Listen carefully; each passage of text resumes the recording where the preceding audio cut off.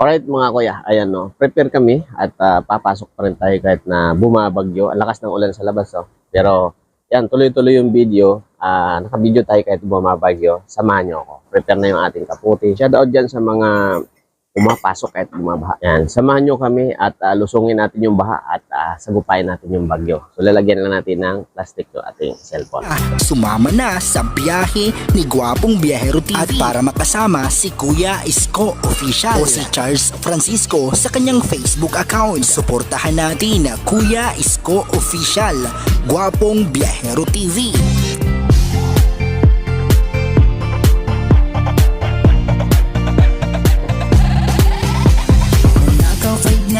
Ating samahan, Gwapong Biyahero TV ay samahan. Si Kuya Isko Official nandito na. Mga ka-5-9 halina at sumama. Handa niyang tulungan ang mga security guard. Siya si Gwapong Biyahero TV, kasama niyo palagi. Hindi magsasawang tumulong sa kapwa, pagmamahal niya at pagkalinga. Kapag kailangan nyo, palaging narito. Tuturuan ng disiplina sa oras na inyong kailangan. Para sa mga ka-5-9, ibabahagi ang kaalaman upang maiwasan ng kapahamakan. Samahan na natin si Gwapong Biyahero, Kuya Isko, Charles Francisco. Laging tatandaan, hindi ka iiwanan. Mga ka-5-9 siya'y palagi. So ayan mga kuya no, malalim na yung baha na yun na sinabak natin. So gura yung ating big bike no, gura. Lakas ng ulan. Ngayon ay July 22 no, 22 ba o 23, 22 yata. So talagang pasok pa rin tayo. Kita natin lakas ng ulan. Ayan, lakas. So pero wala namang hangin. May dinaanan na tayo na isang baha. Hindi naman ganun kalaliman kaya natawid natin siya. Okay, so dito mayroon pa rin mga jeep na bumabiyahe. Kasi nga wala pa naman ding nag-cancel ng pasok ng mga nagtatrabaho. Pero yung sa school o sa eskwelahan ay kahapon pa kansilado yung mga pasok sa school.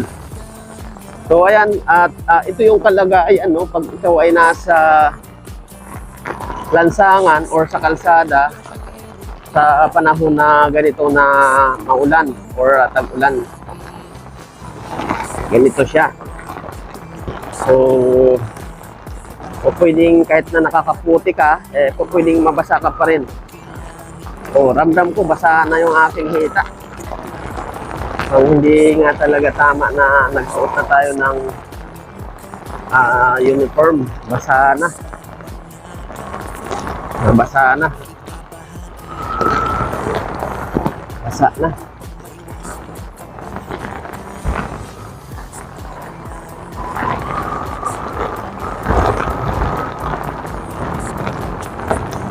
Okay, so mukhang nabasa yung ating no, pantalon. Tinagos yung ating kaputi.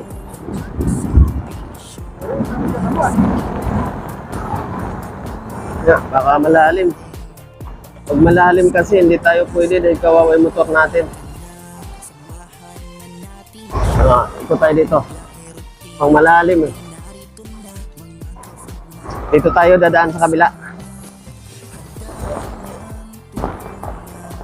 Pag natin isapalaran yung ating motorsiklo pag malalim. Ayan, so sobrang lakas no mga kaibigan, mga kuya, mga biyahero dyan. Lakas niya. Problema, nabasa tayo. basa yung ating pantalon. Hindi yung binti, kundi yung sakang, ika nga, yung sa may nananalaytay siguro tubig dito.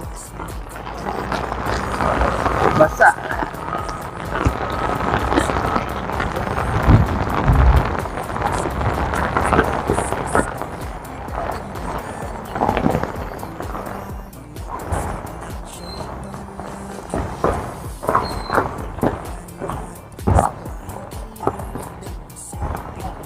So may mga biyahe pa rin siya. Kasi dito sa dinadaanan natin, pinipili natin yung mga passable na kalsada. Tulad dito, baha na oh. Yan, dito po ito sa may sa Puti, no? Makati City. Sa Puti, Makati City, pupunta tayo ng Ayala. From Manila po yung ating sinanggalingan, Manila. Okay, so yan. Yan si Gwapong Biyahero TV, no? Sumusubo sa ulan, bagyo. At basta kaya nating marating yung ating pupuntahan.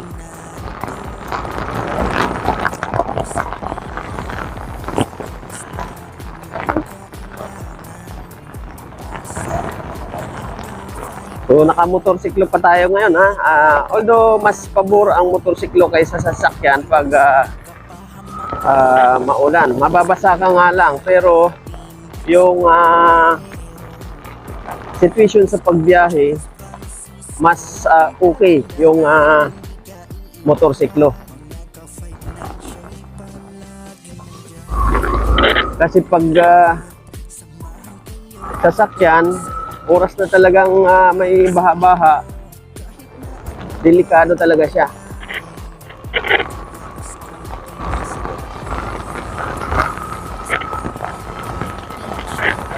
Okay. So ayan mga biyahero, mga kuya. At least nakita ninyo yung situation o kalagayan sa panahong ito. At saka yun nga, pag alam mo kasi yung lugar kahit pa paano, nakakapagpamili ka ng mga dadaanan mong lugar na kung saan yung mga passable area, yung hindi siya malalim na baha, ika nga, no? Malinaw na yung tubig sa kalsada. Kasi nga, nahugasan na, oh, linaw, oh. Ang linaw ng tubig, akala mo walang tubig yung kalsada. Pero may baha na po yan.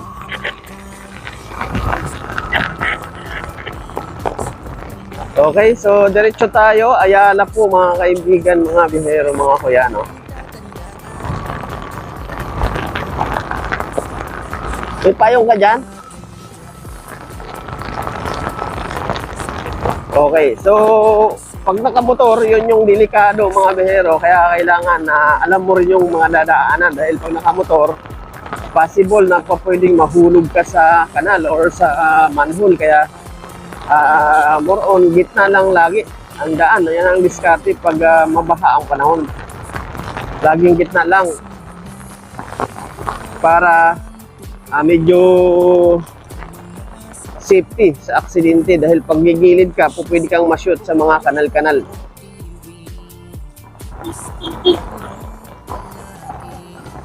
Okay, nasa Ayala na tayo, no? Ayala, Salcido po mga biyahero, mga kuya. Pagmamahal niya at paggalinga, kapag kailangan niyo palaging narito, tuturuan na disiplina sa oras na Okay, dito sa Ayala, kasi wala namang binabahagi itong area ang Kabaan, no? Ibabahagi ang kaalaman upang maiwasan ang kapahamakan. Samahan na natin si Gwapong Biyahero, Kuya Isko, Charles Francisco. Laging tatandaan, hindi ka iiwanan. Nagka-financial palaging dyan. Handang tulungan at samahan kayo. Handang magserbisyo para sa inyo, kahit na anuman ang nangyari. Kuya Isko, siya, Gwapong Biyahero TV ay narito na. Si Kuya Isko at Gwapong Biyahero TV, nag-iisang official na may puso. Kaya nawa inyong suportahan sa kanyang mga adhikaing pagtulong sa ating mga kababayan. At isa na dyan, ang pagtulong sa mga ka-5'9 nating mga security guard. Bigyan ng trabaho at bigyan ng kagamitan. Kaya ano pa, sumama na sa biyahe ni Gwapong Biyahero TV. At para makasama si Kuya Isko Official o si Charles Francisco sa kanyang Facebook account, suportahan natin Kuya Isko Official, Gwapong Biyahero TV. Siya si Gwapong Biyahero TV, kasama nyo palagi. Facebook account, suportahan natin Kuya Isko Official, Gwapong Biyahero TV.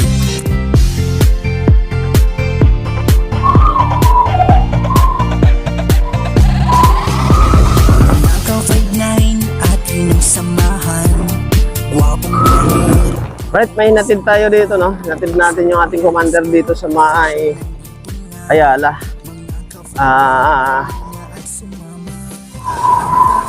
Dito sa De La Rosa, ito yung kalagayan sa De La Rosa. Medyo may tubig siya, may baha siya, oh.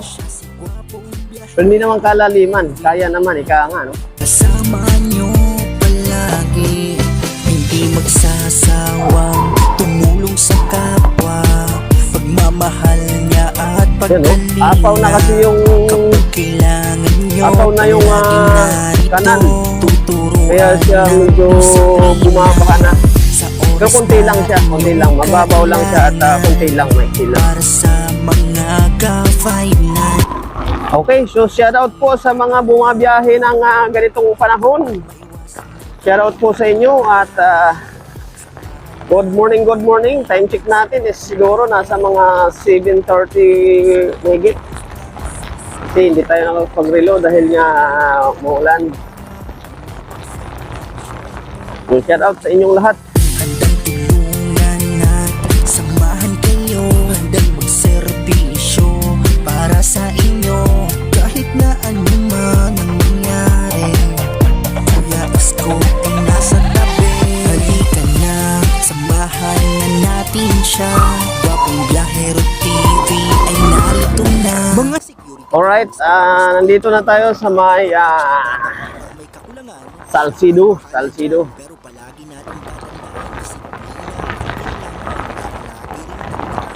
Legazpi pala, Legazpi Street, Makati City.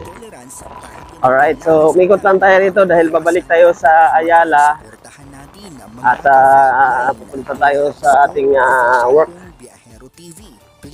So sa ngayon, talagang ingat-ingat po, no, mga biyahero dahil medyo umuulan nga, may kadulasan yung kalsada. Pero pagka ganitong ulan na medyo malinis na yung daan, hindi naman na-actually madulas ito. Kasi kapit na yung gulong nito pagka ganito. Yung madulas na daan or situation, yung panaka-naka lang yung ulan or mahina na ulan. Pero pagka ganitong ulan, medyo okay ito sa gulong. Kapit ang gulong dito. Pero ganun pa man, ingat pa rin tayo. At syempre, sunod pa rin tayo sa batas trapiko. Kaya kung napapansin nyo, ayan o, pedestrian. So huwag dapat dito lalagpas sa guhit ng pedestrian na yan.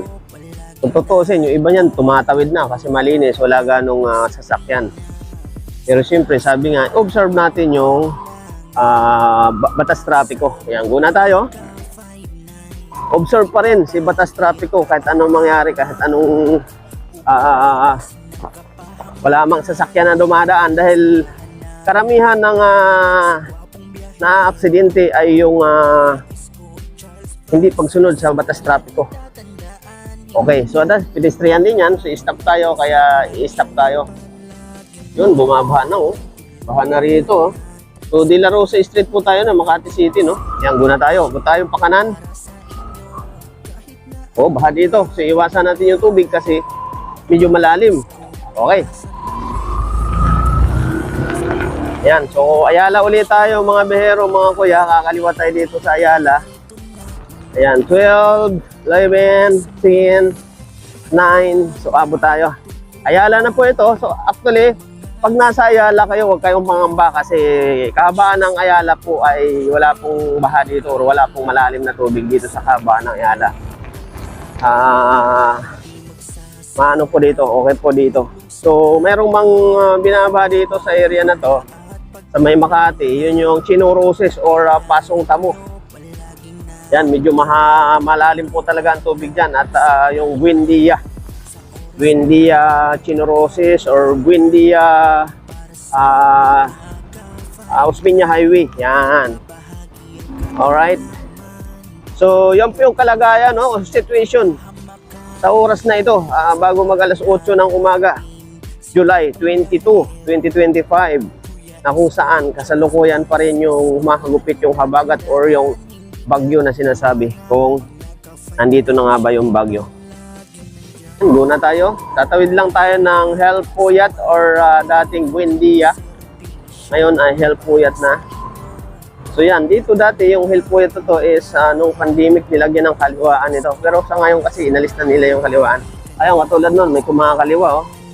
May kumaliwa pero no left turn. Ayan, malinaw po yan, no left turn. So tayo, diretso. So may mga ganong kasing motorista, no? Pag alam nila na kunyari ganito, akala nila exempted na yung traffic or batas trapiko. Hindi po exempted yun. Wala pong exempted tayo sa batas trapiko. Kahit man yan, umulan, bumagyo. Unless naka-hazard. Yun. Unless naka-hazard yung traffic light. Pag naka-hazard yung traffic light, ibig sabihin, giveaway pareho yun. Giveaway. First come, first serve. Kaya nga, no? First stop, first go. Yan. Alam natin yan kasi na-experience din natin yan sa may parting Olongapo, sa may Clark. First stop, first go doon. So hindi ka pwedeng dire-diretso lang porket go ka or go yung stoplight mo. Hindi pwede. So kailangan sundin mo yung patakaran pa rin nila na first stop, first go. So ganoon siya. So malugay na po tayo mga biyahero, mga kuyan. Ay, Yakal. Sorry, Yakal. Yung malugay kasi nasa kabilang side, sa left side natin. Yung kabila nito is malugay. Nasa Yakal na po tayo. Ayan, medyo may tubig dito. Baha siya, pero hindi naman kalaliman. Pero kung mapapansin natin, ayun, palalim ng palalim hanggang doon, no? Oho. So, hindi na natin to didiretsuin kasi hanggang dito na lang tayo sa ating trabaho. Dito tayo mag-stop.